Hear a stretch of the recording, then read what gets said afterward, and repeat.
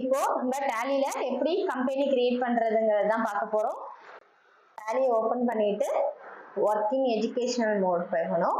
So எப்படி நம்ம இப்போ புதுசா ஒரு கம்பெனியை கிரியேட் பண்றோம் இல்லையா, அதுக்கு Alt+F1 கொடுத்தீங்கன்னா கம்பெனி இன்ஃபோ ஓப்பன் ஆகும். அதுல தேர்ட் ஆப்ஷனா கிரியேட் கம்பெனி.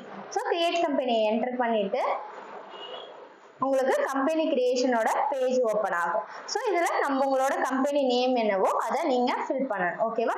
இப்போ நான் ஏபிசி பிரைவேட் லிமிடெட்ங்கிறத கொடுக்குறேன்.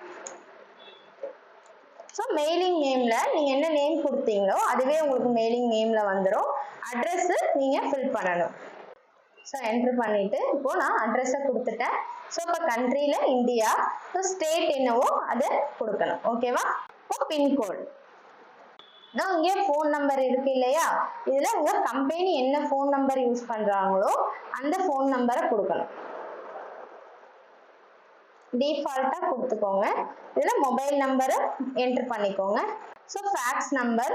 ஸோ நெக்ஸ்ட் இருக்கிறது மெயில். கம்பெனியோட மெயில் என்னவோ அந்த மெயில் ஐடியை கொடுத்துக்கோங்க. So enter. வெப்சைட் என்டர் பண்ணிக்கோங்க. ஸோ இப்போ உங்களுக்கு ஃபினான்ஷியல் இயரை சூஸ் பண்ண சொல்லும். இப்போ 1/4/2020 நான் கொடுக்குறேன். ஓகேவா?